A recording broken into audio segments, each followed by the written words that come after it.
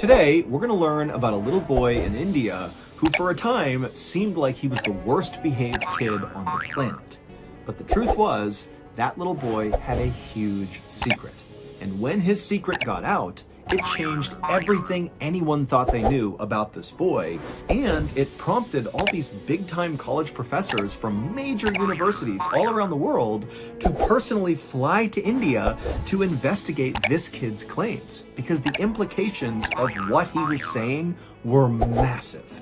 But before we get into that story, if you're a fan of the strange, dark, and mysterious delivered in story format, then you've come to the right place, because that's all we do, and we upload once a week. So, if that's of interest to you, please replace the like button's roll-on deodorant ball with a single clove of garlic. Also, please subscribe to our channel and turn on all notifications so you don't miss any of our weekly uploads. Okay, let's get into today's story.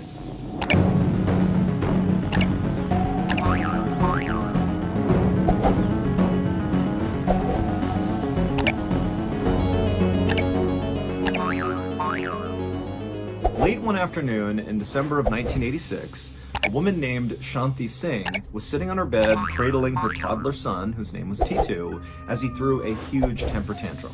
Titu, who was 3 years old, had already been throwing this tantrum for about 30 minutes at this point, and it didn't seem like anything Shanti did was getting him to calm down. In fact, honestly, it just seemed like Titu was getting worse and worse by the second. And Shanti knew her son's constant wailing must be annoying her neighbors in the little rural village in northern India where they lived. But again, Shanti just felt like really there was nothing she could do. After all, this was not a typical toddler tantrum. Titu was not throwing this tantrum because he lost a toy or was fighting with his siblings or something. No, the reality was Shanti and her husband had no idea why Titu was throwing this tantrum, because Titu threw these tantrums all the time for seemingly no reason, and nothing they did would get him to stop. He would just start throwing these crazy fits, and he would only stop when he was ready.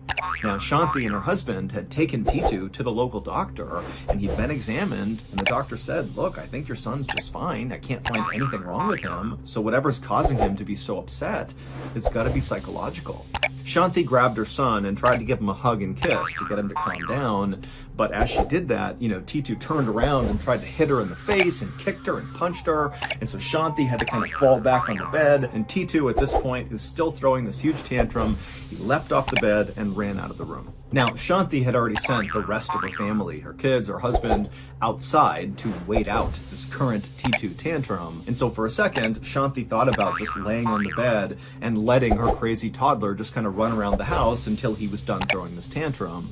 But as Shanti was laying there on the bed, practically crying from frustration, she heard a plate break in the kitchen. And so she jumped up and ran into the kitchen, and there was Titu looking down at the ground where there was a shattered plate on the ground. Clearly, Titu had smashed it on purpose. And so as furious as Shanti was, she suddenly realized that, nothing she could do was going to get this kid to stop. And so right now, the only thing she could do was just put him in a safe place where he couldn't hurt other people or himself or damage anything else. And so Shanti, trying to be as calm as possible, walked up to Titu, who's still throwing this tantrum and swinging at her as she's coming near him.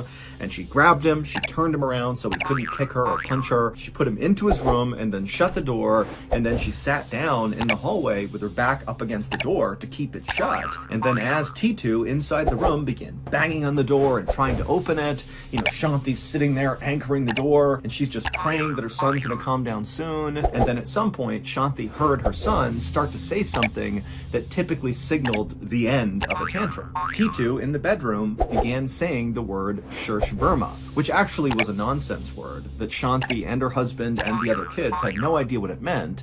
But, Titu, at the end of his tantrums, he would always just start saying over and over again, Shursh Verma, Shursh Verma, Shursh Verma.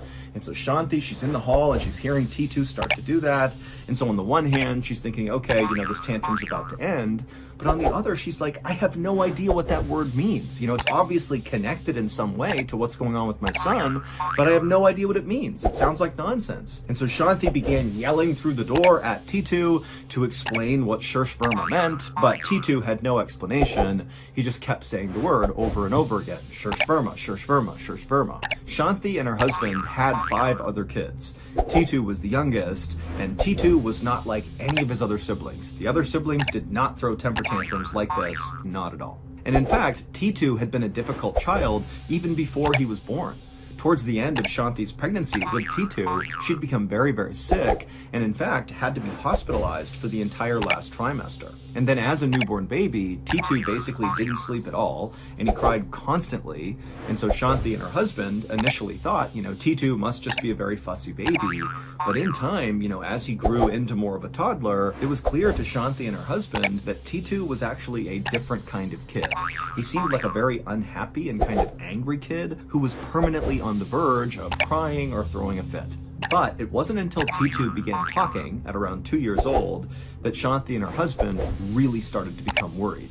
Because the things T2 was saying as a 2-year-old were just not in keeping with what you would expect a 2-year-old to say. And I'm not talking about the nonsense word that T2 would use during his temper tantrums, Shurshverma. Basically, T2 would say things that seemed to indicate that he genuinely hated everyone in his family. Now, for context, Shanti and her family were not poor, but they weren't rich either. They lived in a little concrete home, they didn't have a TV or a car, and all the kids wore hand-me-down clothes, and Shanti actually handmade her clothes and her husband's clothes. But the family always had enough food to eat, and they were educated, and they seemed happy enough. It's just that they didn't really have the ability to do anything extra, like above and beyond a modest life. And T2 had never known anything different. This was his life from the day he was born. But when he learned to speak at around 2 years old, it was like all T2 wanted to talk about was how crappy of a lifestyle their family lived. For example, when T2's mom, Shanti,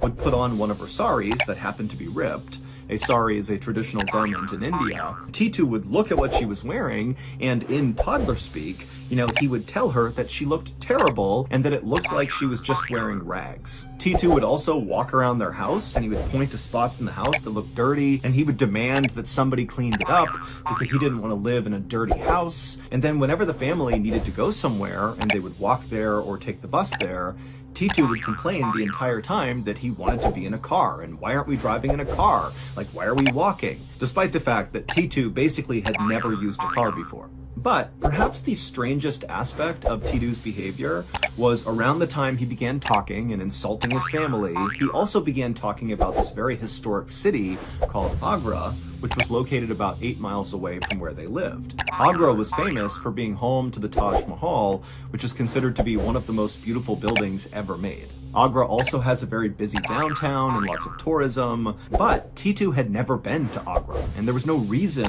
he would be drawn to Agra, like his family had no connection to that city. But starting around the time T2 began talking at 2 years old, he began asking to go to Agra several times a week, and when his parents would say, no, we're not going to go to Agra, T2 would throw a huge tantrum. And so not long after T2 had begun speaking and saying all these terrible things, Shanti and her husband decided that really all they could do was just wait and hope their son grew out of this terrible behavior. But T2 did not grow out of this. Shortly after his parents decided to just kind of wait it out, T2 would randomly attack another small child with a sugar cane, and he beat the kid so badly the kid was bleeding at the end of the attack. And then also another time, shortly after the sugarcane beating, T2 was at the store with his mother, and his mom was looking at this bracelet, which she couldn't afford. She was just looking at it through the glass, and T2 sensed his mom wanted the bracelet, and in an odd show of affection for his mother, he turned to the shopkeeper, this little tiny kid who's not even 3 years old yet, and he tells the shopkeeper that if he doesn't give this bracelet to his mother for free, that T2 will shoot and kill the shopkeeper. And so after this, Shanti and her husband just stopped taking T2 out in public at all. It was just too embarrassing. But what really just unsettled Shanti the most about her son's behavior was that nonsense word that T2 kept saying at the end of all of his tantrums, Shurshverma, Shurshverma. And so fast forward to that day after he's broken the plate and now Shanti's put him in his room, T2 began saying that nonsense word, except he was getting a little bit older and his speech was getting a little bit more clear. And so as Shanti was laying up against the door, she realized that her son was not saying a single word, Shurshverma, he was saying 2 words. They were Suresh Varma. But Shanti had no idea what that meant. She thought it sounded like a name, but it was a name she had never heard before. But one day, a few months after the dish-breaking incident, in April of 1987, all of T2's very strange, erratic, terrible behaviors would erupt all at once. That April day started out like any other. Shanti made breakfast for her family, and then her husband headed out to do some errands, and her 6 children kind of dispersed around the inside and outside of the house to play, study, whatever. But T2 was really grouchy, and so he stayed inside in the kitchen with Shanti. A little while later, Shanti's oldest son came into the kitchen and he asked his mother, "Hey, when will Dad get back from his trip to Agra?" Shanti's husband had gone to Agra to run one of his chores, and Agra was the city that T2 was totally obsessed with. And so when Shanti's oldest son said the word Agra, T2, who was sitting in the kitchen, he heard it and kind of looked up like he was totally fixated on their conversation. And then as Shanti and her oldest were talking about the dad, T2 just got up, left the kitchen, and he went to his room. He grabbed a couple of things, and then he came back into the kitchen carrying this bundle of clothes with him. And he walked right past his brother and his mother. He went out the front door and began running down the road without saying a word. Remember, this is like a 3-year-old child. This is not a teenager. This is a little kid. And so Shanti and her oldest son, they kind of watched in shock as T2 ran off down the road. And for a minute, neither of them did anything. And then it was like they broke out of their trance, and the oldest son just turned and began running out of the house to catch up with T2. Now, it didn't take long for the oldest to catch up with his young brother, but it was surprisingly hard to stop T2 from trying to run away. He fought back as hard as he could to keep his brother from pulling him back to the house. And then when the older brother got T2 back inside, Shanti looked at her older son and she saw he had a black eye from where T2 had just hit him. And when Shanti turned to T2 to try to get him to apologize to his brother for hitting him, she saw T2 was completely inconsolable. He was throwing a huge temper tantrum. He was on the ground kicking and flailing and screaming at the top of his lungs. And so Shanti and her oldest son knew there was no hope in getting him to calm down. He was deep into one of his tantrums. And so Shanti and the oldest just basically restrained T2 so he couldn't hurt himself or one of them or damage anything. And for a while, as they held him to the ground, T2 just continued to scream and flail and throw this fit. But eventually he did kind of calm down and he began saying Suresh Verma over and over again. But then he began talking about something that he really hadn't brought up before that stood out to Shanti and her oldest son. T2, in addition to saying periodically Suresh Verma, also began talking about some radio store in Agra. And T2 kept saying, "Why didn't Dad bring me to the radio store? Why didn't he bring me?" And so as Shanti is listening to her son, she suddenly thinks, you know what? This is my chance. He's being so specific about this radio store. Maybe this is my opportunity to lean in and learn what the heck is going on with my kid. And so once T2 fully stopped his temper tantrum and Shanti and her oldest could finally let go of him, once T2 had left the room, Shanti turned to her oldest son and she told him to go to Agra right now. Just go there and look for a radio store or something. Look for anything that could be a clue to what's going on with T2. He obviously has some fixation with the city. Just go, look around, see if you can find something. So the oldest son left the house and he went to one of his friends' houses who had a car, and together they drove into Agra. Now, Shanti had no idea if her oldest son's trip to Agra would produce anything useful, but she figured, she's got nothing to lose.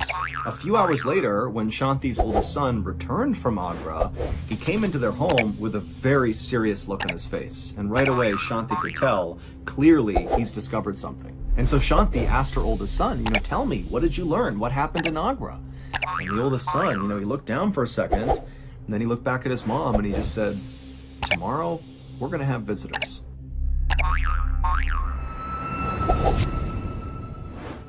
Are you a fan of The Strange, Dark, and Mysterious? If so, then you're in luck, because our massively popular show, the MrBallen podcast, which since the end of 2022 has been exclusively on the Amazon Music platform, is now available on all podcast platforms, and it's free.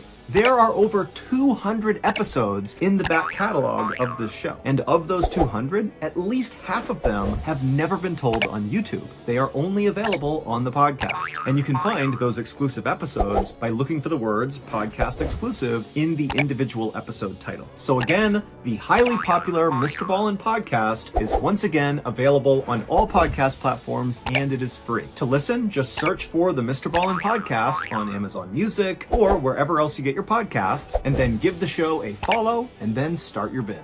Oh, and also, if you are one of the amazing people who subscribe to Amazon Music to follow the MrBallen podcast when it went exclusive, don't give up your membership just yet, because there are still huge perks for listening to the show on Amazon Music. With your Prime membership, you can listen to new episodes of the MrBallen podcast 30 days early and ad-free on Amazon Music. But again, the show is now available on all podcast platforms, and it really is free. So, thank you so much. Have a nice binge.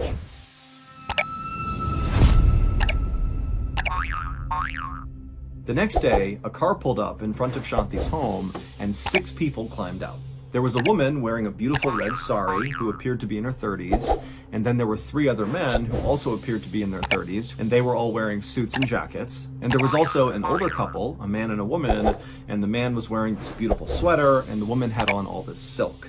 It was clear, just from the way they looked, that these 6 people were not from this area. They were from somewhere else, and they had a ton of money. Now, Shanti was inside the house, and she was watching this group arrive, but she did not go outside to greet them. She, her husband, and all of her kids, minus T2, had decided the night before, when they knew these visitors were going to arrive, that they wouldn't go out and talk to them. Instead, they would just allow T2 to basically make first contact with these people and see what happens. So, when Shanti saw this group of 6 very well-off people were standing right outside of their gate, kind of waiting to be let in, she called for T2 and said, "Hey, go outside and open the gate for our guests." And so T2, who was not throwing a fit at this point, he came running through the house, and he went to the door. He's not looked outside yet. He opens up the door, and he runs outside, and he sees these 6 people on the other side of the gate. And suddenly, Shanti heard T2 make a sound that he never made. It was like the sound of pure joy. He was so elated to see these 6 people. Shanti couldn't believe it. For a second, Shanti closed her eyes and almost started crying, because she knew, even before T2 had made that joyous sound when he saw these people, they were about to solve the mystery of what was going on with her son. Just then, Shanti heard T2 from outside yelling for Shanti and the rest of his family to come outside and meet his other family.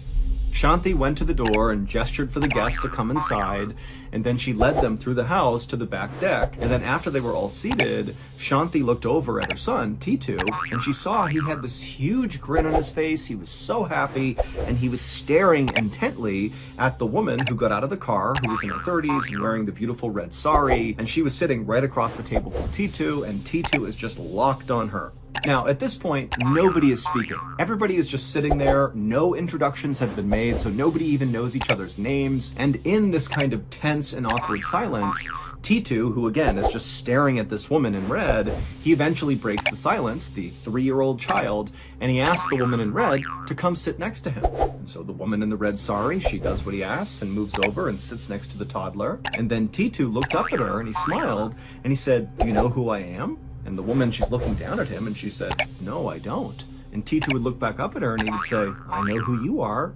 You're Uma." And at this, the woman in red, whose name really was Uma, she gasped. She had no idea how this kid knew who she was. But before she could even say anything, T2 continued. And he said to her, "Hey, do you remember when we went to the fair with Ranu and Sanu and I bought you those sweets?" And at this, the woman in the red sari, Uma, she had this new look come over her face. Instead of looking like she was just kind of shocked and appalled that this random kid knew who she was, now it was like a look of shocked recognition as she's looking down at T2, like she suddenly understood what was actually going on. And at the same time, T2's mother, Shanti, was watching this happen, and she was kind of piecing together what was really going on here, and suddenly she realized she needed to check something. she got up and she ran out of the room and she came back with scissors. And without saying anything, Shanti went straight to T2, she pushed his head to the side, exposing his right ear, and she used those scissors and began cutting all the hair off his head that was kind of drooped over his right ear, kind of exposing the right side of his skull. And as the hair on T2's head fell to the ground, exposing more and more of the right side of his head, all the adults watching just gasped. And the whole time, T2 was just smiling. To understand what just happened out on that back porch between these random people and Shanti and her family, you need some context. So here's what happened when Shanti's oldest son was sent to Agra to go investigate and look for clues that could explain what was going on with T2. The brother and his friend had driven all around Agra, looking for radio stores and looking for things that might in some way kind of connect to T2, and they didn't see anything. But at some point, they drove past one of the many radio stores in Agra, and the name of this radio store immediately stood out to the brother and this friend. So the older brother and the friend, they parked their car and they went into this particular radio shop, and inside of there is where they met Uma, the woman who had the red sari on, who was in her 30s, that T2 said we went to the fair together with, that woman. So she's inside this radio shop, and when the older brother asked Uma how this radio shop got its name, that was when things began to fall into place for this older brother about what was going on with T2. Uma would tell the older brother that this radio shop actually belonged to her husband, except 3.5 years ago, he was murdered. He was shot and killed, and so she had been running the shop ever since. And Uma said she had considered changing the name of the shop, since taking it over, but she just couldn't bring herself to change it because the shop's name was actually based on her husband's name. The name of the shop was Suresh Radio Shop. Her husband's name was Suresh Verma, the two words that T2 would say all the time at the end of his tantrums. Suresh Verma, Suresh Verma. That was Uma's husband. And it would turn out the details of Suresh's death matched up in a very bizarre way with T2's birth. And all of T2's totally erratic, strange, terrible behavior throughout really his entire life to this point now suddenly made sense if you knew about Suresh's life. Many people, including professors from major universities in India and America, have come to believe that what happened with T2 was when Suresh was murdered, his spirit somehow came out of his body and entered T2's body. Basically, Suresh was reincarnated in T2. This reincarnation theory would explain why T2 was always saying Suresh Verma, because in theory that was his real name. That's the guy who died, who then his spirit transitioned to T2, so he's saying his name over and over again. And then also T2's obsession with Agra would make sense, because that's where Suresh's radio shop was and where he lived.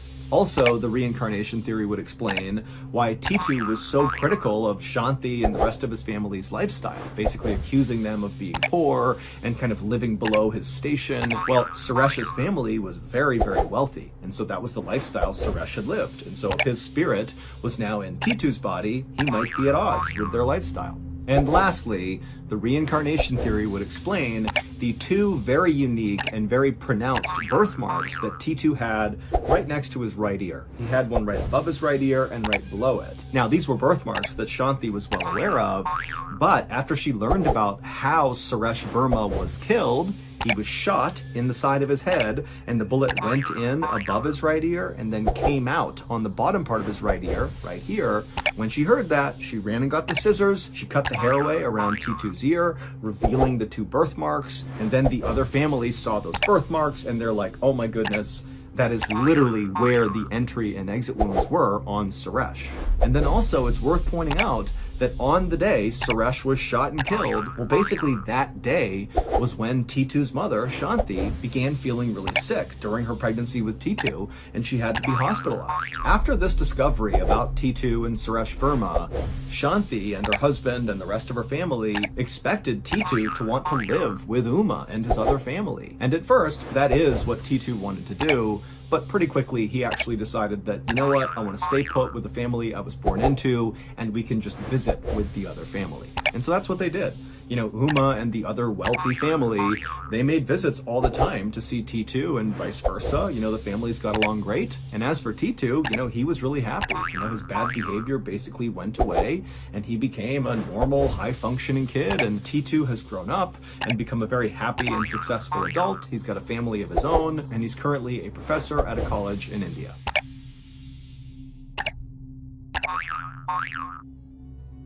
In the very early morning hours of December 26, 1980, Airman Steve Longaro was on a foot patrol at the Royal Air Force Base near Rendlesham Forest in the UK. And as Longaro walked along, suddenly this alarm sounded across the base. And based on the sound of this alarm, Longaro knew this was not a drill. And so instinctively he turned and began sprinting towards his assigned firing position right along the perimeter of the base. And as Longaro ran towards his position, he looked around him and he saw hundreds of other soldiers doing the exact same thing. But once Longaro actually reached his firing position and looked out, looking for the threat that's coming into the base, he realized he didn't see anything. But then when he turned to look at his colleagues to ask them, what's going on here, he noticed everybody else was not even looking outside the base. They were kind of looking off to the side towards Rendlesham Forest, because there was something out there kind of hovering in the trees that was casting this very eerie red light over everything. And this was just the beginning of what would go on to be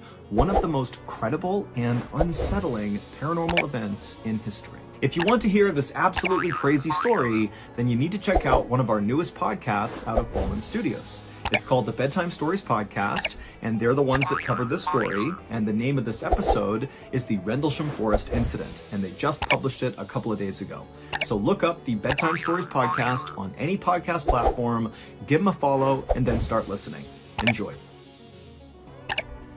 So that's going to do it. If you enjoyed today's story, be sure to check out our podcast called the MrBallen Podcast, where we have hundreds more stories a lot like this one. You can listen to the MrBallen Podcast on Amazon Music or wherever you get your podcasts. Enjoy. Wait, don't go anywhere. If you're looking for more strange, dark, and mysterious videos, click here. In 2008, a teenager was hiking through a very dense forest in Northern California when he decided to stop and make camp for the night. He walked several hundred feet off the main trail into the forest where he found a small clearing, and there he would set up his tent and he would climb inside and go to sleep. A few hours later, he would wake up because he thought he heard something outside of his tent. But there were no windows on his tent and it was totally pitch black outside, so he can't see anything. And so he's just laying there listening, trying to discern what's going on outside. And as he's laying there, he hears it again, and it's the sound of footsteps slowly approaching his tent. But before we get into that story, if you're a fan of the strange, dark, and mysterious delivered in story format, then you've come to the right place, because that's all we do, and we upload once a week. So if that's of interest to you, please hide a Bluetooth speaker in the like button's bedroom, and then proceed to play Siberian Husky screaming audio at full volume all night long. Also, please subscribe to our channel and turn on all notifications so you don't miss any of our weekly uploads. Okay, let's get into today's story.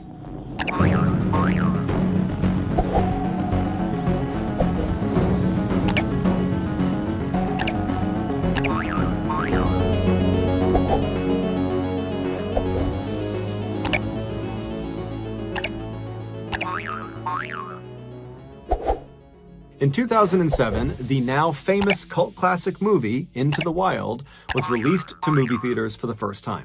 The movie, which is based on a true story, centers on the life of a young man named Christopher McCandless. In 1990, Christopher graduated from a really good school with honors, and by all accounts, he could have gone on to get a really good, high-paying job, but Christopher didn't want a job. He wanted freedom.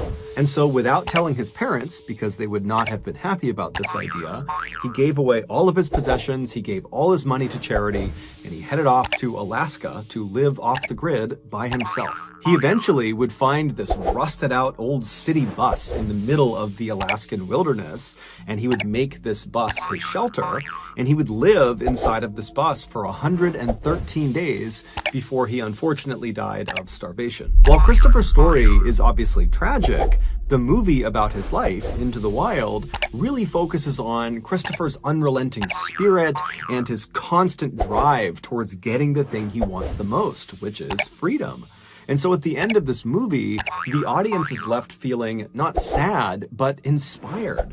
Inspired to take big risks in life and seek out adventure before it's too late. One audience member who was totally inspired by Christopher McCandless's life story was an 18-year-old young man named Matt Higgins who lived in Oregon. Matt was about to graduate high school, and unlike a lot of his peers, he had no idea what he should do after graduation, whether it was get a job or go to school. But after watching Into the Wild, a third option appeared to him, which was to head off into the wild, just like Christopher McCandless had done, except not permanently. Matt quickly fell in love with this option. He viewed it as a chance to kind of take a break from reality and go find himself, and then at the end of his stint in the wild, he could come back and, get a job or go to school. And so Matt's official Into the Wild plan was that he would graduate in 2007, and then in the spring of 2008, he would hike the entirety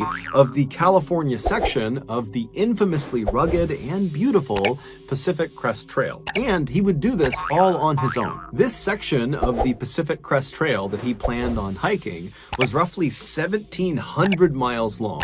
It began on the border of Mexico in Southern California, and it wound its way north up to the border of Oregon. The trail cut through deserts and up and over mountains, and there was lots of dangerous wildlife to contend with. And on top of that, there were many points along this trail where hikers were very isolated. They were not anywhere near civilization, and so if anything were to happen to them, they'd be on their own.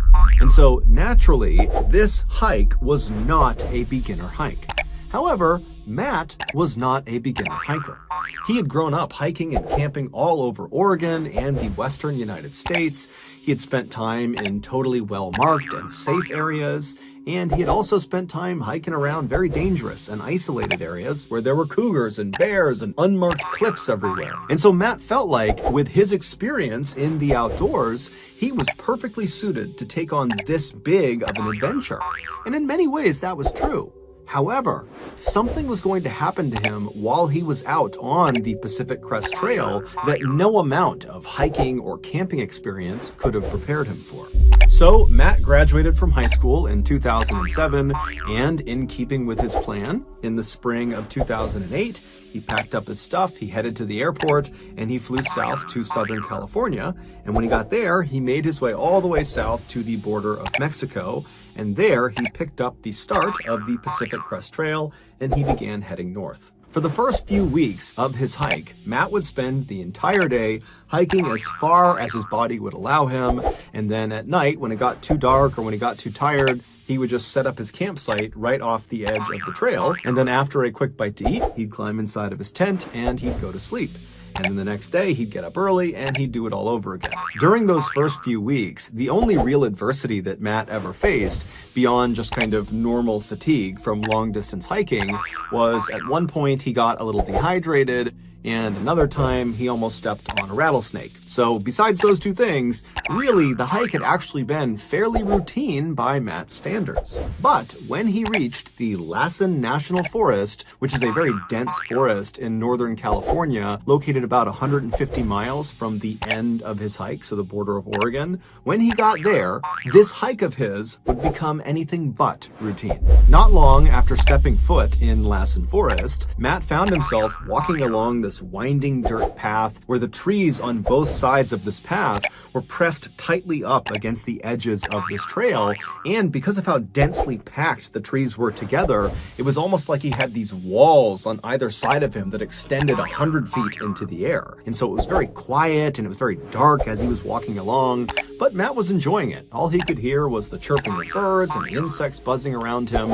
It was peaceful. And so Matt's just kind of meandering his way through the forest. He's in no rush. And at some point, the trail he was on banked hard to the right. And so he makes this turn, and as he does, he looks up, and what he sees kind of startles him. About 20 feet away from him, off to the right side of the trail, is this big boulder, and sitting on this boulder are two middle-aged people, a man and a woman. They were both dressed head to toe in white. They both looked very dirty and disheveled. The man had this big, unkempt beard, and both of them were just staring daggers at Matt. And so Matt felt awkward, and he immediately looked down as he continued walking towards them. But as he got within a few feet, he looked up and kind of awkwardly smiled at them and waved and said hi, and they didn't respond. They just continued to stare at him with no discernible expression on their face, and they watched him as he walked right past them. And so after Matt walked past these two people in white, he felt really uncomfortable because he knew they were still definitely staring at him as he walked away, and he didn't want to turn around and meet their eye contact. And so he's just kind of walking away, feeling that uncomfortable feeling of someone staring at him, and he's thinking to himself, why didn't they at least wave or acknowledge him in some way? Especially considering the fact that on the Pacific Crest Trail, people go days without seeing other people. Matt, in fact, had not seen another person in days until he saw these two. And so he's thinking, how rude is that to just completely not react when another person walks past you on this trail? But Matt told himself, you know what? I don't know these people. I don't know what their issues are. For all I know, they're foreign and they didn't understand what I said. And so maybe that's why they didn't say hello back. Who knows? But you know what? It's none of my business. And so Matt just continued walking along. He never turned around to look back at these two people in white. He just carried on. A few hours later, when the sun was starting to set, Matt was still walking along this winding trail with these huge trees on either side of him, and so visibility was getting pretty poor, and so he began looking for a place to make his camp. But because of how close these trees were to the edge of this trail, and considering how dense these trees were, there was no spot for him to make his campsite without completely blocking the trail. And Matt did not want to block the trail for other people, and so what he did is he left the trail and he walked 300 feet or so into these thick trees where he found this little clearing, and that's where he set up his tent. Once it was all set up, he made some food for himself on his little stove, and then after he was done eating, he packaged up all of his leftover food inside of a waterproof bag, and he sealed that up, and then he tied some cord to the bag and threw the bag up and over a branch of a nearby tree and kind of tied it off so the bag was sitting well off the ground. This was to make sure no bears could get to his food. And so after his leftovers were secured high up in a tree, it was totally pitch black outside. And so Matt just climbed into his tent, he zipped it up, climbed into his sleeping bag, and he fell asleep. The next morning, Matt got up right as the sun was starting to rise. And so it was still pretty dark outside, but there was a little bit of light. And so Matt unzipped his tent and he looked outside, and the first thing he noticed was his bag of food that he had put up in the tree was gone. And so Matt stepped out of his tent and he looked around thinking, maybe it fell to the ground or something, but it wasn't there. It was just gone. And so Matt thought to himself, I didn't hear anything last night, but I guess a bear must have come into the campsite, found the food, and run off with it. And so Matt began walking over to the tree where he had strung the food up to begin looking on the ground for bear prints to confirm his theory that that was who took his food. And so he walks over, he's looking around, he doesn't see any bear prints, but he does see 2 sets of human boot prints, neither of which were his. And before he could even process that, he realized these prints, these human prints, were not just underneath this tree where the food was. These prints, as he looked around him, extended all the way up to his tent and all around his tent and all over his campsite. And so as Matt is looking at this crazy trail of human prints all over the place, he's thinking to himself, how is this possible? I went to bed last night when it was already pitch black outside, and I got up basically right at sunrise, so it was still dark outside. So these 2 people that were walking all over my campsite and cutting my food down, they somehow navigated here 300 feet off the main trail in the middle of nowhere. They navigated here in total pitch blackness, and they did it silently without waking me up. How is that even possible? And so after running through this thought process, Matt realized the only logical conclusion was that the 2 people he saw on the rock, the people in white, had followed him after seeing him. They saw where he left the trail, and they had waited until he fell asleep and then snuck out and robbed him. As Matt's thinking about this, he suddenly realized that maybe they're still around. Maybe he's still being watched. And so he began whipping his head around, looking in all directions, almost expecting to see the man and the woman in white kind of poking out from behind a tree. But when he looked around, he couldn't see anyone. However, he started to get that sense that he was being watched. And so feeling really uncomfortable, he quickly packed up his campsite and walked as quickly and calmly as he could toward the trail. And as he walked, he kept thinking to himself that these people are going to jump out from behind a tree, or they're going to grab me from behind. And so he's walking faster and faster and faster. And he finally gets to the trail, and he looks down the trail and up the trail. He kind of looks all around. He doesn't see anybody. And so he tells himself, okay, they're gone. So he took a deep breath, he composed himself, and he started walking north again along the trail. Matt walked for several hours, periodically looking over his shoulder, again expecting to see the man and woman in white, but he never did. And eventually, this narrow path kind of cutting through the dense forest opened up to this big, beautiful field. And by that point, the sun was high in the sky. And so Matt's walking in this very beautiful open area. He can see in all directions. There's sunlight beaming down on him. And so even though he was totally rattled by what had happened the night before, he found himself kind of becoming more at ease about the situation. He was far less paranoid, and he began telling himself, you know, as creepy as it is that those people in white almost certainly followed him and snuck up on his campsite in the middle of the night, as bad as that is, he thought, you know what? They probably were just super hungry, and they clearly needed the food more than he did. And so, you know what? Those people, they can have my food, whatever. And so Matt just continued on telling himself he would never have to deal with the people in white ever again. However, he would be wrong. Over the next 3 days, Matt continued making his way north through the Lassen forest, and the trail he was on would weave between those big, beautiful open areas back inside those very densely forested areas where the trees were practically right on top of you. And during those 3 days, Matt did not see the people in white. He did not have any nighttime encounters with anybody. Nothing got stolen. And so that only reinforced the idea that, you know, he had been a target of opportunity. They had taken what they wanted from him, and they were no longer following him. But on the 4th day after the food stealing incident, things would get spooky for Matt again. On that 4th night, Matt was once again forced to leave the trail he was on. He was in one of those very densely forested areas, and walk well off the trail to find a clearing for his tent. And so he walked, several hundred feet away. He finds this clearing. He sets up his tent, and then also he sets up a perimeter of sticks all around the outside of his campsite. This was a precaution he had begun taking after the food stealing incident. These sticks were an early warning system where if any animal or person came too close to his campsite, they would step, in theory, on these sticks, and they would break, and they would alert Matt in the middle of the night. And so after his campsite was all set up and all prepared, Matt sat down and had a quick bite to eat, and then after storing his food, he climbed inside of his tent and he fell asleep.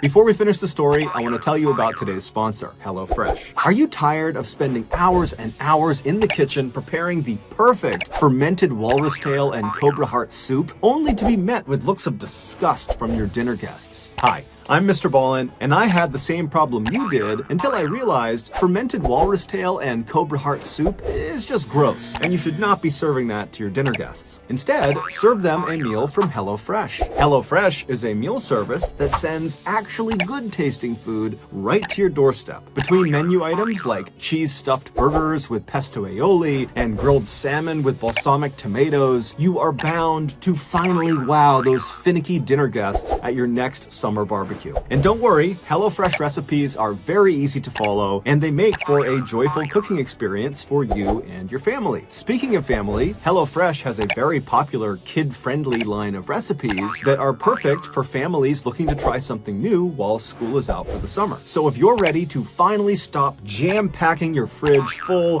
of all those uneaten fermented walrus tails and cobra hearts, packing your fridge full of uneaten fermented walrus tails and cobra hearts, then you need to sign up for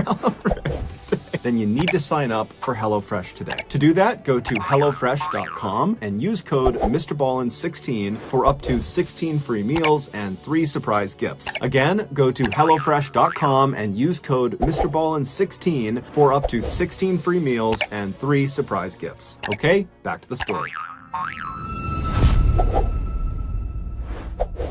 A few hours later, Matt suddenly woke up. Now, when he woke up, he opened his eyes, but it's pitch black in his tent, there are no windows in his tent, and it's pitch black outside, so even with his eyes open, he can't see anything. And so he's just laying there with his eyes open, but it's total darkness, and he's just listening intently because he doesn't really know why he woke up, if something startled him, or if there's no reason at all. And so he's just laying there and he's listening, and as he's listening, he hears the distinct sound of something stepping on one of the sticks in his perimeter. And so he hears the stick break and his heart just starts racing because he knows that an animal or a person is just a few feet away from him. And so instinctively, he kind of begins to pull his arm as quietly as he can out of his sleeping bag, and he reaches over and he grabs his hunting knife. And as he grabs the handle of the knife and he brings it closer to him, he hears the sound of more footsteps. Whatever has stepped on the stick has not slowed down at all. They don't care about the sound they just made. They're still moving towards his tent. And so Matt's starting to get really freaked out because he knows that, it could be an animal, but just a couple of days ago, 2 people were in his campsite stealing his food and walking all around his tent. And so that's what's going through his head. And so Matt's laying there preparing himself to potentially have to slash out if anybody came close to his tent. I mean, he's in the middle of nowhere. If a person is out here, it's not his friend. And so he's laying there, he's kind of shaking, and he's listening really intently, and the footsteps are just getting closer and closer and closer to his tent until they stop right next to his head. They are literally about a foot away from him. And so he can't see anything. He's just listening really intently. And then he starts to hear whispering. But the whispering is not coming from this person right here. The whispering is coming from everywhere in the forest. It's coming from all different directions. And so Matt doesn't know what to think about this. And as he's hearing this whispering, which is getting more and more frantic, whoever is standing right outside of his tent begins circling his tent. So now he hears footsteps just walking in a circle around his tent while frantic whispers are coming in from all directions. And so at this point, Matt is so terrified, he's just frozen. He knows that he's holding that knife, but he won't be able to do anything with it. He's just petrified. And then as soon as this total nightmare had begun, it just stopped. The whispering, silence. The footsteps stopped. And so in a way, it was kind of relieving, but in another way, Matt's laying there thinking, I want to hear the sound of footsteps retreating into the forest, leaving, but I haven't heard that.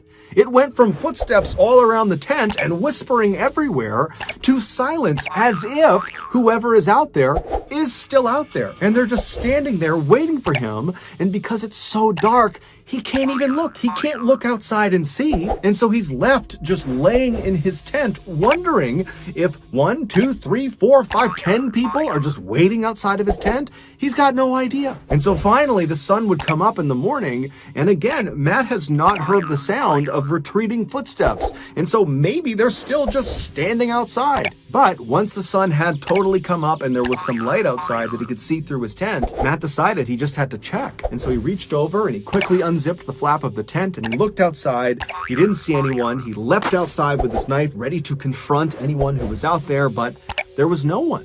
And so Matt, he's not thinking, oh great, they're gone. He's thinking, are they just like a few feet away, hiding behind trees? And so for a few minutes, Matt just began looking all around his campsite, kind of expecting to see, those people in white or other people he doesn't know, but he doesn't see anyone. And then Matt starts thinking to himself, was this just a nightmare? Did that not even happen? Am I imagining this? But when he looked down, he saw clear boot prints all over his campsite, including a nice track all the way around his tent. And so this nightmare really had played out in real life. And so he quickly gets everything back into his pack, he throws it on his shoulder, and he just starts running back towards the trail. And when he got to the trail, he continued running north. And as he's running along and looking over his shoulder the whole time, he's telling himself, I just need to get out of Lassen National Forest. I need to get out of the people in white's turf, get away from this place, and I'll be left alone. And so that motivated him to spend the whole day moving as fast as he possibly could. And by that afternoon, he had finally escaped Lassen National Forest. He was out and he was in one of these smaller towns that kind of butted up alongside this forest. And so that night, he camped out right near this town. He wanted to be as close to civilization as possible to ensure his safety. And so as he's laying in his tent that night, he began thinking about what had happened over the past couple of days. At this point, he was nearly certain that the people in white that he had seen on that boulder, they had to be behind these nighttime encounters. They just had to be. And so he's thinking to himself, okay, well, the first encounter I had with them, when they stole his food, yeah, that's creepy, but it makes sense. They followed him, they went to his campsite, they stole his food. Okay, fine. That makes sense to him. But the second encounter, the one that had happened the night before, that didn't make any sense. Assuming it was, again, the people in white responsible, that meant they had been following Matt the whole time, and he had not seen them somehow, even though over the last couple of days, he had been looking over his shoulder constantly, looking for those people, but he didn't see them, and they still managed to follow him all the way over several days to this other unmarked campsite, hundreds of feet off the main trail. So how did they do that? And then two, once they were at his campsite and he's laying there listening to them, walking around the campsite, whispering to each other, what were they doing? And then how did the footsteps and whispering just stop immediately and he didn't even hear the sound of them retreating into the woods? How did they do that? And so Matt would go over this and over this until finally he would fall asleep. And then the next morning when he got up, it was the first thing he was thinking about, the people in white. What were they doing and why and where were they? And so as Matt packed up his campsite that morning, it did cross his mind, that maybe he should just stop the hike right now and call his family, have them come pick him up and get out of here. But this hike, this huge hike he had planned, was really important to him, and he was only about 100 miles away from the finish line, which meant he had already hiked over 1,600 miles. And he just didn't want to quit. He wanted to finish what he started. And so he packed up his stuff, he threw it over his shoulder, and he continued on. And so that day, Matt would leave that little town, and he would make his way up into another very dense forest called the Mount Shasta forest. Mount Shasta was a lot like the Lassen forest, except Mount Shasta has a very disturbing backstory. Specifically, lots and lots of people go missing inside of Mount Shasta, and often they go missing under baffling circumstances. The most frightening of these missing persons reports are when someone comes back, the survivor of the event, and they will say, they saw their hiking companion. They clearly saw them. And then they turned their back on them just for a few moments, few minutes, whatever it was. And when they turned back around, the person they were with was now gone. No trace of them, nothing, they're just gone. And despite a massive search for them, they're never found again. There is a distressing number of missing people in Mount Shasta that sound just like that. It's totally terrifying. So with that in mind, Matt makes his way into the Mount Shasta forest, and even though it totally stressed him out to once again be walking on these dirt pathways where the trees are very tight on either side of you, they're very dense, and as he's walking, he's kind of looking in both directions, expecting to see somebody watching him.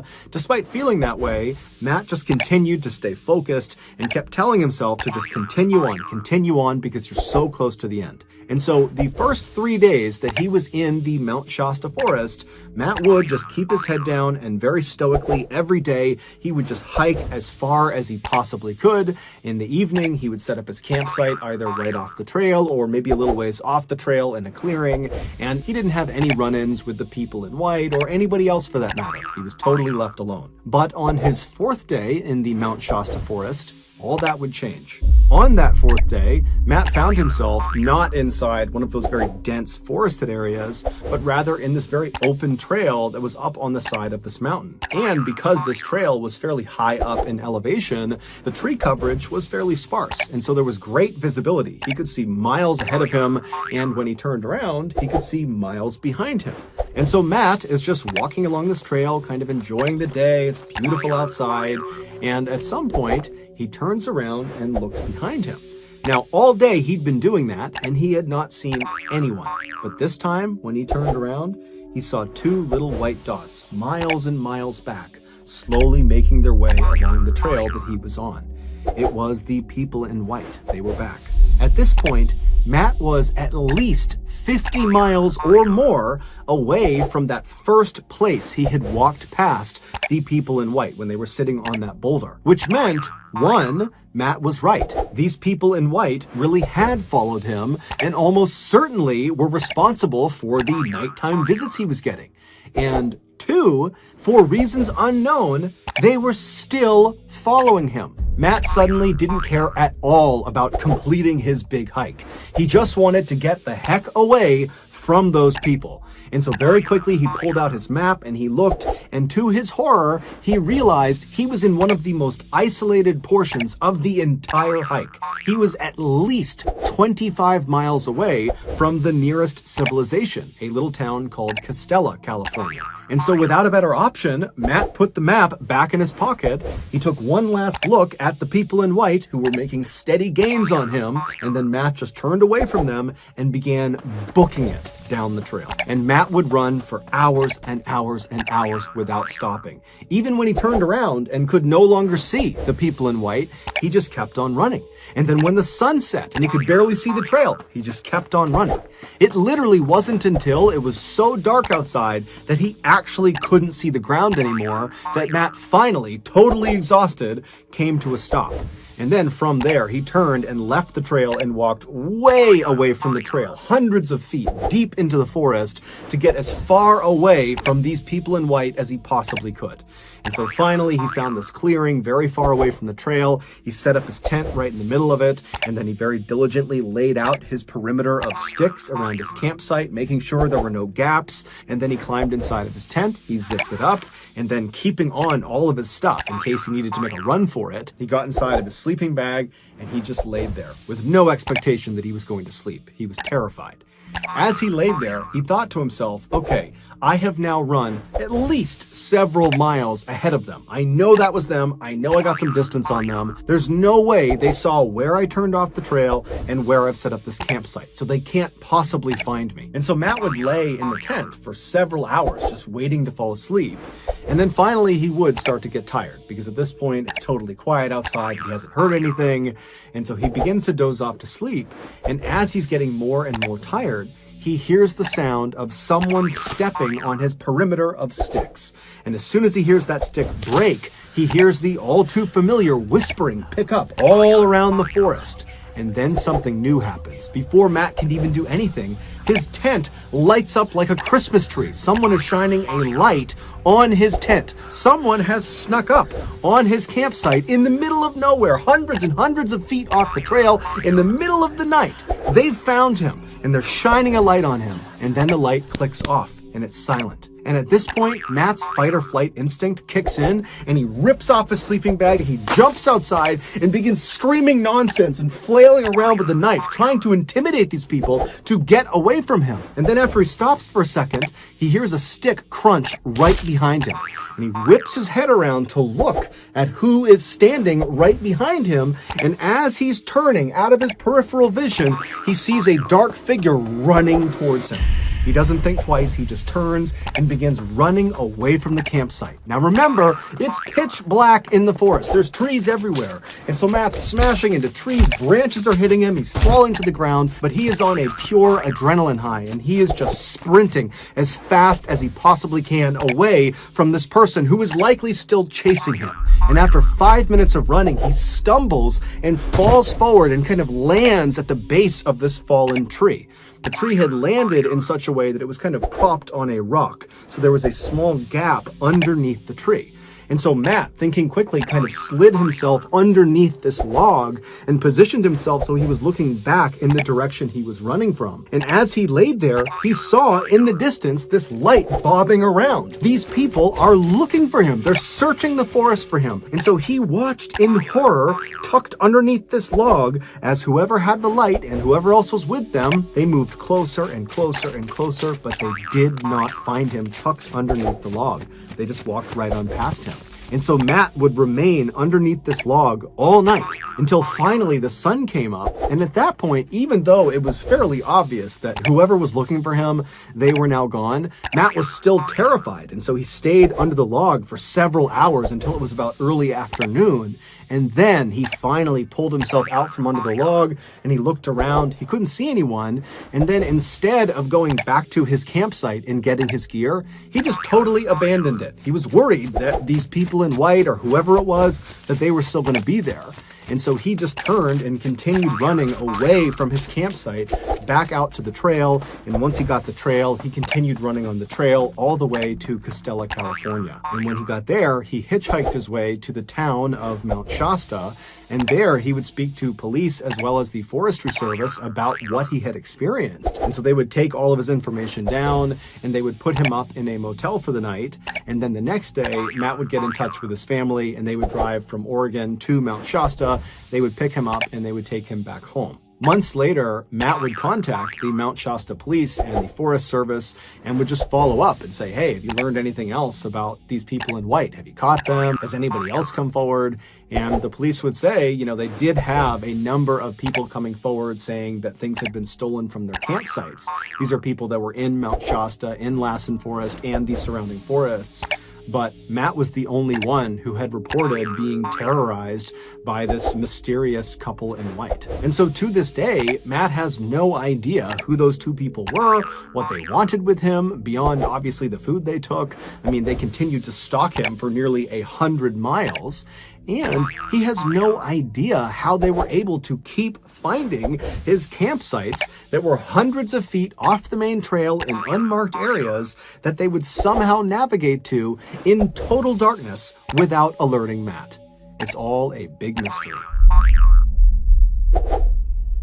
So that's going to do it. If you got something out of today's episode and you haven't done this already, please hide a Bluetooth speaker in the like button's bedroom and then proceed to play Siberian Husky screaming audio all night long. Also, please subscribe to our channel and turn on all notifications so you don't miss any of our weekly uploads. We now have a podcast called the MrBallen Podcast, where we upload brand new, never before heard podcast exclusive stories on Monday mornings. And then on Thursday mornings, we upload remastered audio from some of our most popular YouTube videos. Again, the podcast is just called MrBallen Podcast, and you can find it on Spotify, Apple Podcasts, Amazon, Google, anywhere you find podcasts.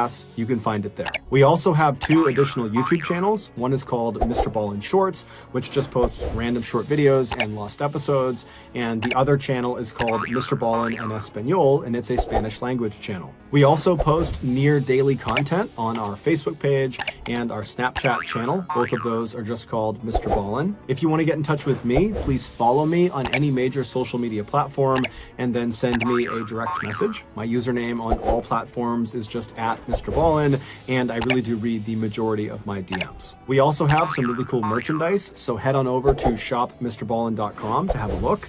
If you have a story suggestion, please submit it to our subreddit, just called MrBallen. It's linked in the description below. So whether I see you on Twitter, Instagram, TikTok, Reddit, YouTube, Facebook, other YouTube channels, the podcast, wherever, just know that I really appreciate your support. And until next time, that's going to do it. See ya. Today's story covers one of the strangest and most hotly debated mysteries on the internet. But before we get into today's story, if you're a fan of the strange, dark, and mysterious delivered in story format, then you come to the right place, because that's all we do, and we upload 3 or 4 times every week. So if that's of interest to you, please offer to help the like button pack up all their things so they can move, but only use old and weak tape so the bottom of the moving boxes fall out as soon as anyone tries to lift them. Also, please subscribe to our channel and turn on all notifications so you don't miss any of our weekly uploads. All right, let's get into today's story.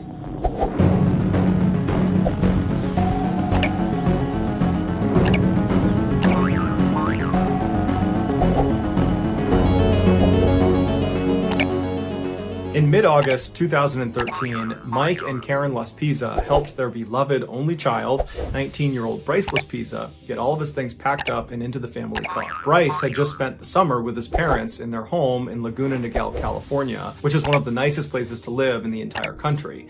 But now that the summer was coming to an end, it was time for Bryce to head back to Sierra College in Rocklin, California, where he was set to start his sophomore year. Once all of his things were packed inside the trunk of the car, all 3 of them hopped inside and then made the 7-hour drive north to his campus. Once his parents had moved him into his apartment, they gave him a hug and a kiss and wished him luck, and then they left. On their ride back home, Mike and Karen talked about how well their son seemed to be doing. He loved his school, he loved the program he was in graphic design, he was a very gifted artist, he had lots of friends, he had a wonderful girlfriend. It just seemed like he was living his best life and he was on the path to success. So nothing could prepare them for what their son did 2 weeks later. Just a couple of days after getting dropped off at school, Bryce's very close friend and roommate, Sean, and Bryce's girlfriend, Kim, noticed Bryce was acting erratically. Specifically, he was drinking a ton of hard alcohol. Now, Bryce was no saint. He liked to drink and party like many other kids his age did, but the amount of alcohol he was consuming was concerning. Also, Bryce began experimenting with a drug called Vyvanse, which is a very powerful stimulant that's normally used to treat attention deficit disorder. Now, Bryce didn't have attention deficit disorder. He was taking it in order to stay up late at night and play video games. But between the heavy drinking and the drug use, it seemed like Bryce's personality was starting to change. He was becoming anxious and skittish and kind of paranoid. And so finally, Sean and Kim confronted him about his substance abuse and asked him, what's going on? What's causing you to act this way? And Bryce would say, nothing, guys, I'm fine. I'm just, drinking and doing whatever I want to do. It's not a big deal. But Sean and Kim, they weren't buying it. They were convinced that something bad had happened to Bryce, and the way he was coping with it was by drinking really heavily and taking this drug. On August 28th, so about 2 weeks after Bryce has been dropped back off at school by his parents, Bryce and his roommate Sean were alone in their apartment together. And at some point, as they're sitting there just kind of minding their own business, Bryce says to Sean, hey, I want to give you something. And he takes his diamond earrings out and he gives them to Sean. And Sean's looking at these earrings and he's like, didn't your mom give these to you? Aren't these important to you? These are expensive. And Bryce just says, no, I want you to have them. And so Sean is looking at these earrings, looking back at Bryce, wondering what's going on here. And then before he can even refuse the gift, Bryce is grabbing his Xbox and putting it on the table and telling Sean, I want you to have this too. Take my Xbox. And so Sean is like, I can't accept these two things. These are expensive. These are valuable to you. What's going on here? But Bryce would just say, look, man, I want you to have these things. You're important to me and I want to give these to you. And so as Sean is sitting there wondering how to handle this very strange offering, he watched Bryce pull his phone out and begin really aggressively texting somebody. And then after a while, Bryce looks up from his phone and he tells Sean, hey, just so you know, I broke up with Kim. At this point, Sean knows, okay, something is definitely wrong here. There's no reason Bryce would break up with Kim. They were such a loving couple. They doted on each other. They were very close. They had just seen each other earlier in the day. Nothing seemed to be wrong. And so now Bryce is text breaking up with her. It didn't make any sense. Plus Bryce is now trying to give him all these valuable things. It just wasn't really adding up. And so Sean decided he needed to get in touch with Bryce's parents because clearly someone needed to intervene. And so Sean waited until Bryce left. Bryce actually left to go talk to Kim. And at that point, Sean got his phone out and he looked up Bryce's parents and he called them. Bryce's mother, Karen, she picks up the phone and Sean explains that, your son, he's acting strangely. He's abusing drugs and alcohol. And I wouldn't be doing this unless I thought there was a problem. Like, I'm not trying to get him in trouble. I want you to reach out to him and see what's going on because I think there's a problem. And so Karen was alarmed by this. She had no idea any of this was going on. And she says, okay, now I'll reach out to my son. Thank you for telling me. And so they hang up. And before Karen can even call Bryce is calling her. And so Karen answers the phone, but it's not Bryce. It's Kim, his now ex-girlfriend. And she says to Karen, hey, I'm sorry to just call you like this, but your son, he just showed up at my apartment and he's acting so strangely that I actually took his keys. I don't want him to drive. There's something wrong with him. It's hard to describe, but he just seems totally off. And so now Karen's really concerned because just seconds ago, Sean has told her basically the same thing. And so Karen asks Kim, will you please put my son on the phone? Bryce picks up the phone and he says, hey mom, and he sounds totally normal. And she asks him, what's going on? I keep hearing that you're acting strangely and, what are you doing over at Kim's apartment? What's going on here? And Bryce would tell his mom that, look mom, I just broke up with Kim. It's a very messy breakup. That's why she's calling you. She's upset. And, that's why I'm over here. We're talking about it. And look, at this point, I just really want to go home. I want to go back to my apartment, but she has my keys. Can you please tell her to give me my car keys back so I can leave? But Karen wasn't really buying it. She knew her son really well. And it just seemed totally strange that two of his very close friends in his inner circle would say the same thing, independent of one another. And so she says, you know what, Bryce, look, I want you to just stay there and I'm going to fly out there first thing tomorrow morning, and I'm going to just see what's going on out there. And at this, Bryce immediately says, no, Mom, I have a lot to talk to you about, and until I talk to you about it, I don't want you coming out here. And so Karen's like, what do you mean you have a lot to talk to me about? What is it that you have to talk to me about? I don't really understand. But Bryce refused to elaborate over the phone,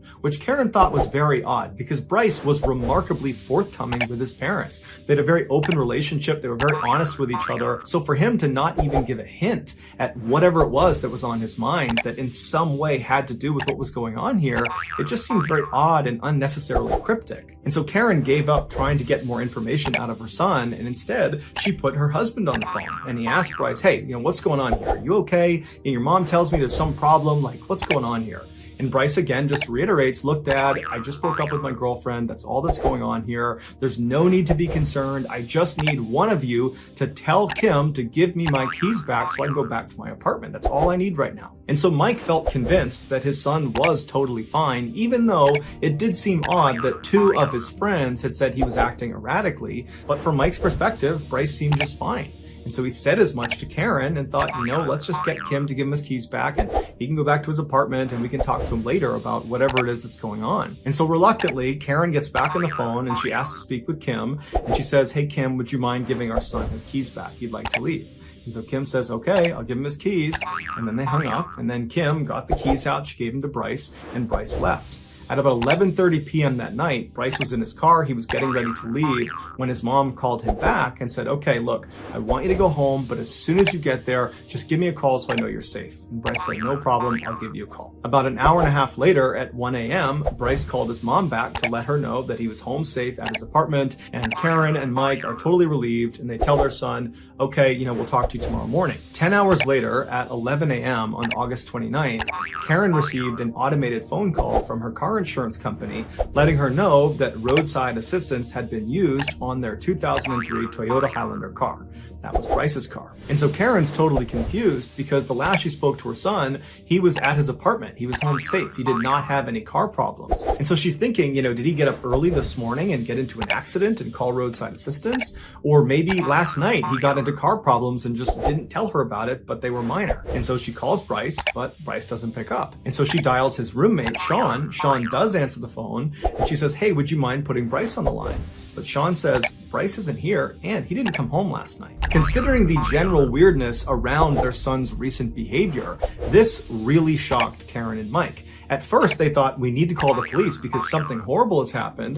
But then they thought, well, wait a minute. Let's go into his bank statements because he has a credit card that we gave him. And let's see if there's any recent purchases that will allow us to track where he is. And so they pull up his bank statements and his most recent charge was only a few hours earlier. And it was at a car repair shop in Buttonwillow, California, which is this small desert town right off of the I-5 highway, located about halfway between his school campus and their hometown in Laguna Niguel. And so Karen and Mike assume their son last night must not have gone to his apartment, but instead just kept on driving south in an attempt to drive all the way back home to his hometown of Laguna Niguel. I mean, after all, he did tell his mom he had a lot to talk about and he didn't want to talk about it on the phone. And so they assumed he must be driving here to talk about whatever it was in person. And perhaps he ran into some car problems in Buttonwillow, California. That's why he pulled over. That's why there's this charge at this auto repair shop. And so Karen calls the auto repair shop in Buttonwillow, and a man who worked there named Christian answered the phone.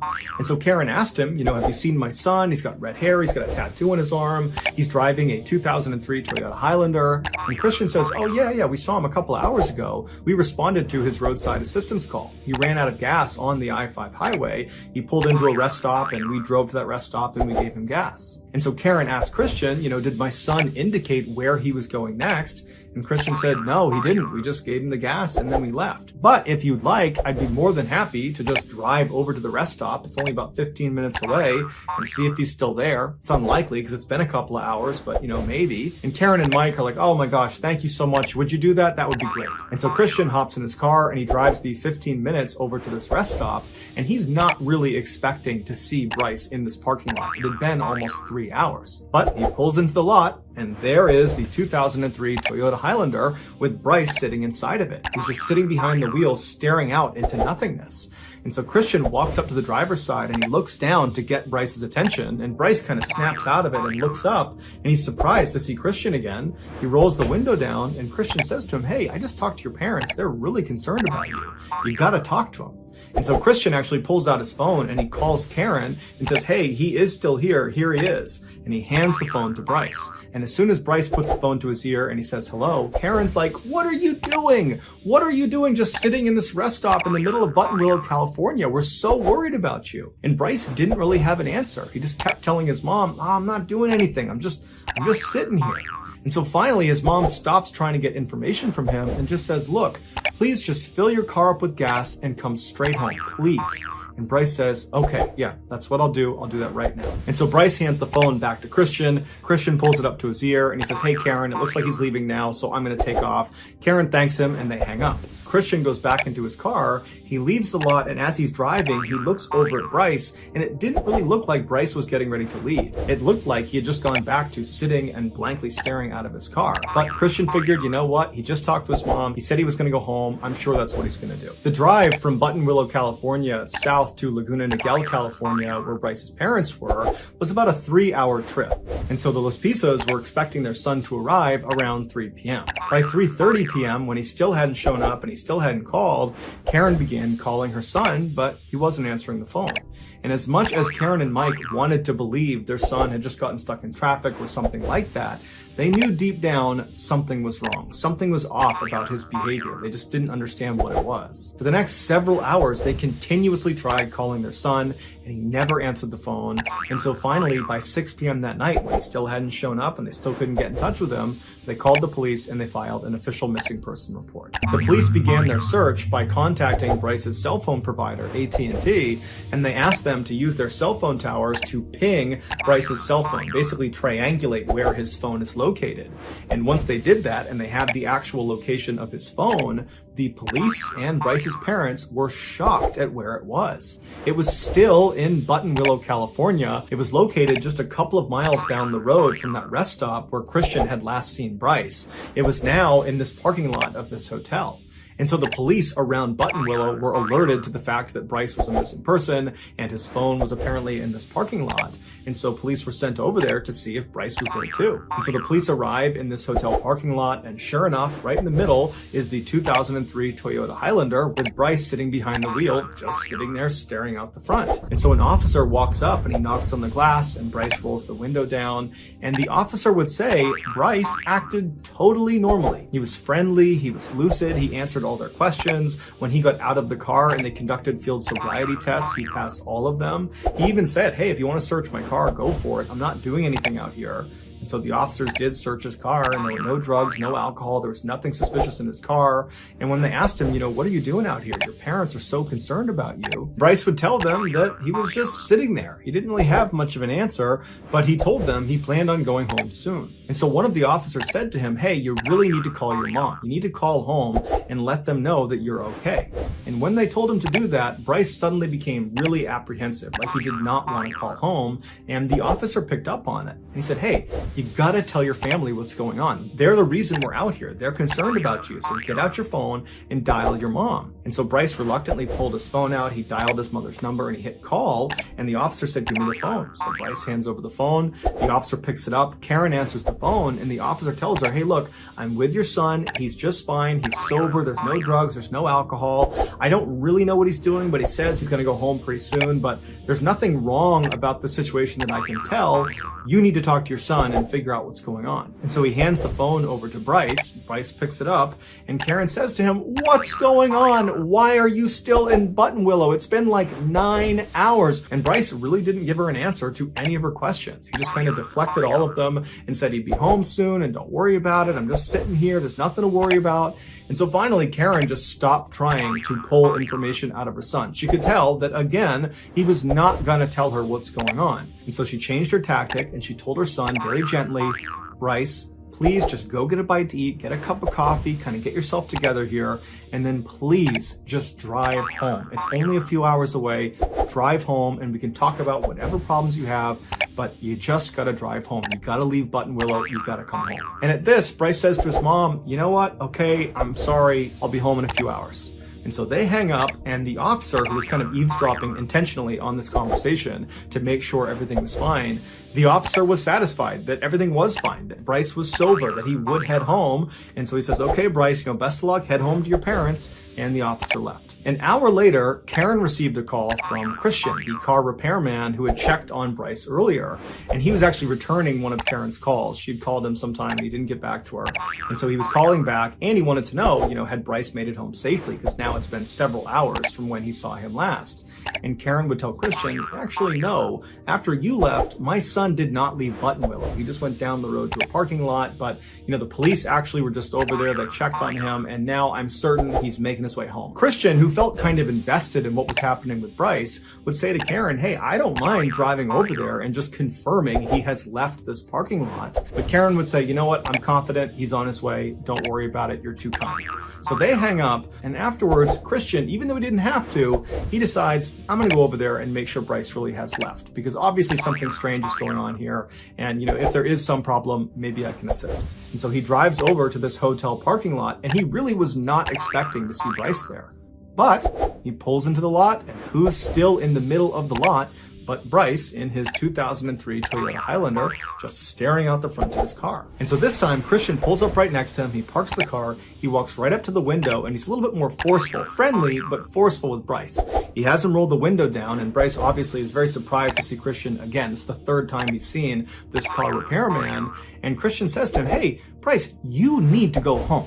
Your parents are so worried about you. You need to leave right now. In fact, I'm going to watch you leave, and then I'm going to follow you onto the highway to make sure you're going home. And so Bryce was a little bit taken aback at how forceful he was being, but he would ultimately say, okay, yeah, all right, let's leave. And so Christian gets back in his car, and he goes right behind Bryce. And after a few seconds, Bryce pulls out of the lot, and he starts driving onto the road, and Christian follows him. And for the next hour, Christian would just remain behind Bryce and watch him drive towards Laguna Niguel. And while he was driving, Christian would actually call Karen and Mike back. And he would say to them that, your son had not left, but now he's good. He's on the highway. I'm right behind him. He'll be home soon. And so when Christian and Bryce made it to the last leg on the way to Laguna Niguel, Christian was confident that Bryce was fine and he would get home under his own steam. He wasn't driving erratically. Everything seemed normal. And so Christian pulled up alongside Bryce. He kind of waved to him to say, I'm leaving.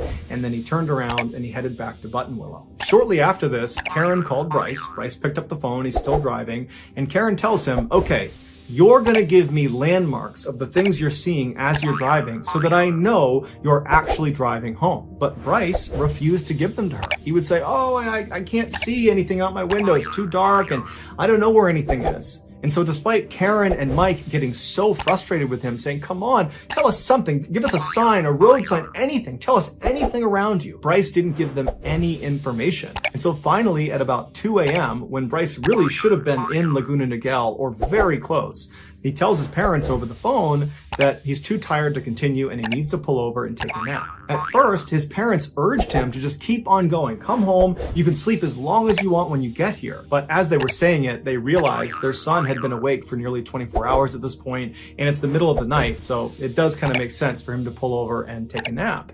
And so they say, okay, pull over, but as soon as you wake up, you need to call us so we know you're back on the road. So Bryce says, no problem, I'll do that.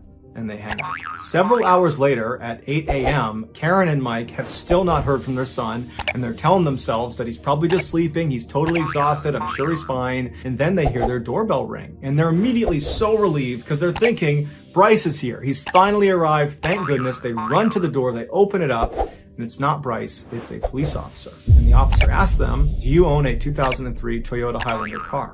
And so Mike and Karen's hearts sank and they say, yes, our son Bryce drives that car. The officer told them that the car had been located a few hours earlier at the bottom of a 25-foot cliff near Castaic Lake. Castaic Lake is about halfway between Buttonwillow and Laguna Niguel. They told the parents that there was no sign of a driver. Bryce was not there. They did find 2 small drops of blood inside the vehicle, but beyond that, there was no indication that Bryce had sustained life-threatening injuries from this crash. They said the back window of the vehicle had been broken from the inside, indicating that Bryce had escaped the wreck by punching out that window. His laptop and phone were still in the vehicle, and his wallet and duffel bag were outside the vehicle on the road and looked like they had been rummaged through before they were left there. After an examination of the damage to the car, the final tire tracks that led down to where it had been found, and traffic cameras in the area, it was concluded that Bryce had actually intentionally driven off this cliff, and he had actually hit the accelerator right before he went over the edge. After Mike and Karen headed out to the crash scene and had a chance to talk to some of the investigators that had been looking for Bryce, they informed the parents that most likely what they were looking at with this crash was a failed suicide attempt. But Mike and Karen, they just couldn't buy that. That was not like their son. And just 2 weeks earlier, when they dropped him off, he was happy, he was excited to be at school, he was talking about the future. He was not someone that was suicidal. And so what situation could he have possibly gotten himself into in just those 2 weeks that was so bad it would lead to something like this? It made investigators and the parents wonder, was Bryce hiding something? What did he mean when he said he had a lot to talk about? Did that have something to do with this thing he was hiding? A huge search was launched in and around the area where the car had been found, with hundreds of people on horseback, on ATV, on foot. There were helicopters in the air. They put divers in the lake. I mean, they looked everywhere for days and days and days. But nothing was found of Bryce. On the 9th day of the search, they brought a bloodhound out to see if it could pick up Bryce's scent, and sure enough, it did, right at the crash site. And the dog followed the scent all the way down to the lake. It walked around the lake to this bridge. It was actually a dam that went across the lake. It followed his scent right across the bridge to the other side, and then it kept on following it up this small access road until it reached a truck stop. And then his scent just stopped. And so police and the parents and everyone involved in this investigation was really surprised at this discovery. And so police got another bloodhound, a separate bloodhound. They brought it out to see if it could do the same thing, to prove that this really was his scent trail. And sure enough, the bloodhound picked up his scent. It went down to the lake, it went around to the bridge, went over, went to the truck stop, and then it just stopped. But after the scent trail was discovered, there was no other leads for anyone to follow. And so after 3 weeks of looking everywhere for Bryce, the search was called off. Some say Bryce was suicidal. That's why he drove off the cliff. That was a suicide attempt.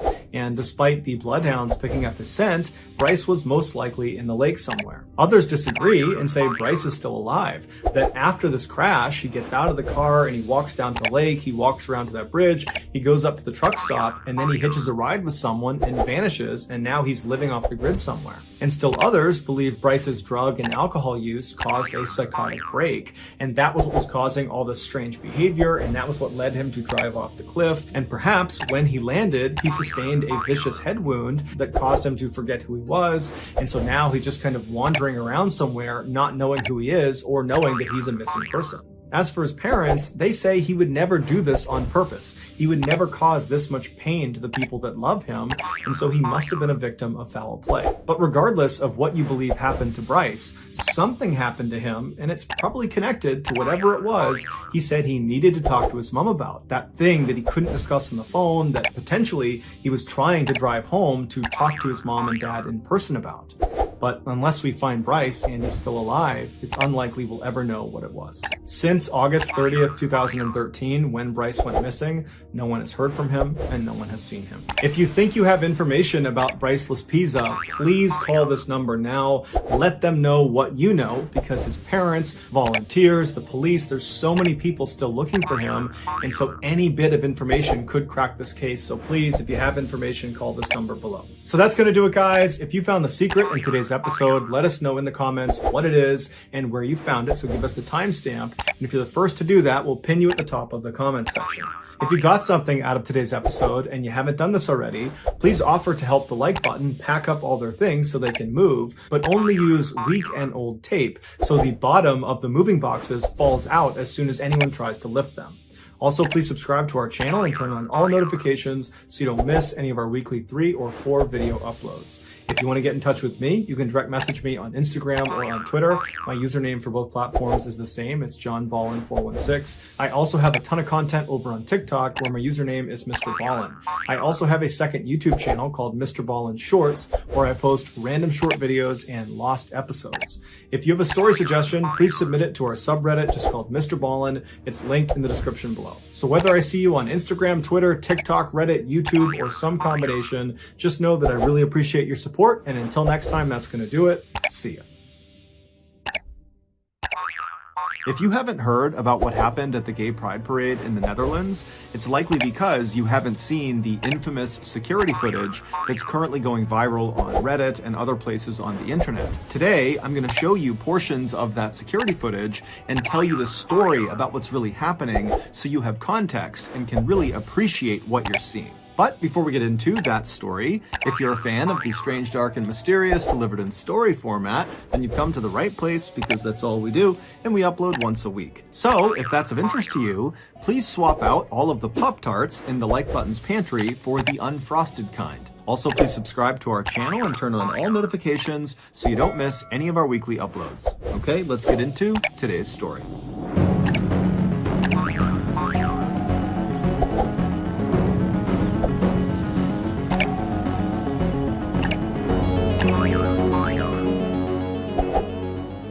On September 27, 2018, in a little city in the Netherlands, a security camera captured 6 men walking calmly toward this brick bungalow inside one of the country's holiday parks. A holiday park is a place that offers cheap accommodations to tourists. They typically have things like campsites, RV parking, cheap bungalows for rent, and they also often offer things like swimming and golfing and bowling, so it's kind of like an all-in-one for families on vacation. But on this September day, these 6 men caught on camera were neither family nor on vacation. Instead, as they walked, it was very clear from their body language that the only thing they were interested in was getting inside of their holiday bungalow.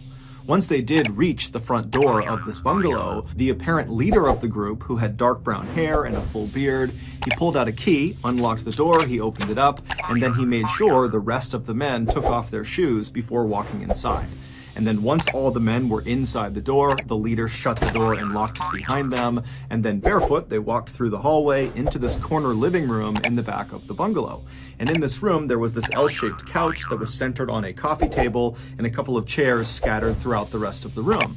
And so the 6 men kind of took up seats in these different places. And then after they were all sitting down, 2 of the men who had been seen walking into the bungalow carrying backpacks and duffel bags, they pulled those bags out and set them on the coffee table. And as soon as these 2 men did that, the other 4 men who had been chatting amongst themselves went completely silent and turned and just faced the bags on the table. It was very clear that whatever was in the bags was very significant. So significant, in fact, that the group had pulled most of the curtains across all of the windows inside of this bungalow to make sure no one outside could look in and potentially see the contents of these bags. And once the 2 men unzipped the duffel bags and backpack and began putting the contents of the bags onto the table, it became incredibly clear why the men were so on edge.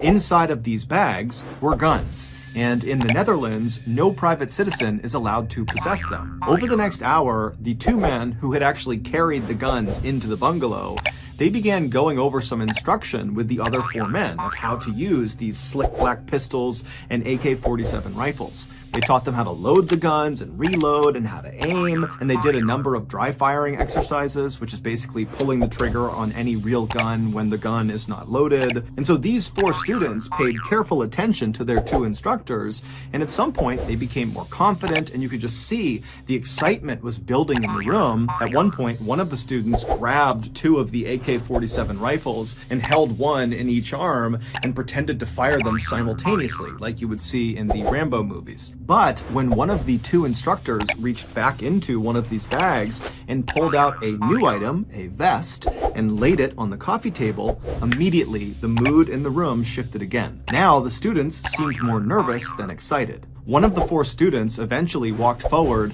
and somewhat reluctantly extended his arm to allow the instructor to slip the vest onto him. And then once the vest was put on the student, you can see in the camera footage there are pockets all over this vest with little wires poking out of them. This vest was a suicide vest, and the pockets contained explosives. As one of the instructors showed the student in the vest which cord to pull in order to detonate himself, you can hear in the background someone saying, "When the police come, you can take them with you." A little over 2 hours later, these 6 men were done, and they began packing up their arsenal of new weapons back into the bags, and then they stood up to leave. But when they left, it was the students who had the bags of weapons, not the 2 instructors. Once the 6 men had left the bungalow and were back outside again, they put their shoes back on, they locked the bungalow behind them, and then the 2 instructors were seen on camera walking away from the bungalow to a separate car. They drove off, and then the 4 men that now had the weapons, they walked to a nearby white cargo van, which contained one other man who had not been inside of the bungalow with them, but he was very much a part of this group. He was their driver. And so as the 4 men with guns approached the white van, the driver saw them, he climbed out, he ran around to the back and opened up the back doors that led into the windowless back cargo area of the van, and the 4 men with guns, they climbed inside, the driver shut the van, climbed back into the driver's seat, and then before long, the driver was leaving the parking lot and heading north towards the city of Amsterdam, which is the capital of the Netherlands. Every year, Amsterdam plays host to one of the largest gay pride parades and events in the world. The location is significant to the LGBTQ community because it was here in 2001 that the first gay marriage bill was signed into law, making the Netherlands the first country in the world to legalize gay marriage. So, for 1 week a year, hundreds of thousands of people pour out onto the streets and line the canals of Amsterdam, all drawn together to affirm gay rights and to celebrate their sexual expression, preference, and identity. And the men in the white windowless van intended to use their new weapons and training to kill or maim as many parade goers as possible. They were hopeful that their terrorist attack would rival or even eclipse the attack from 2015 in Paris in a nightclub that killed or injured more than 500 people and sent shockwaves through Europe.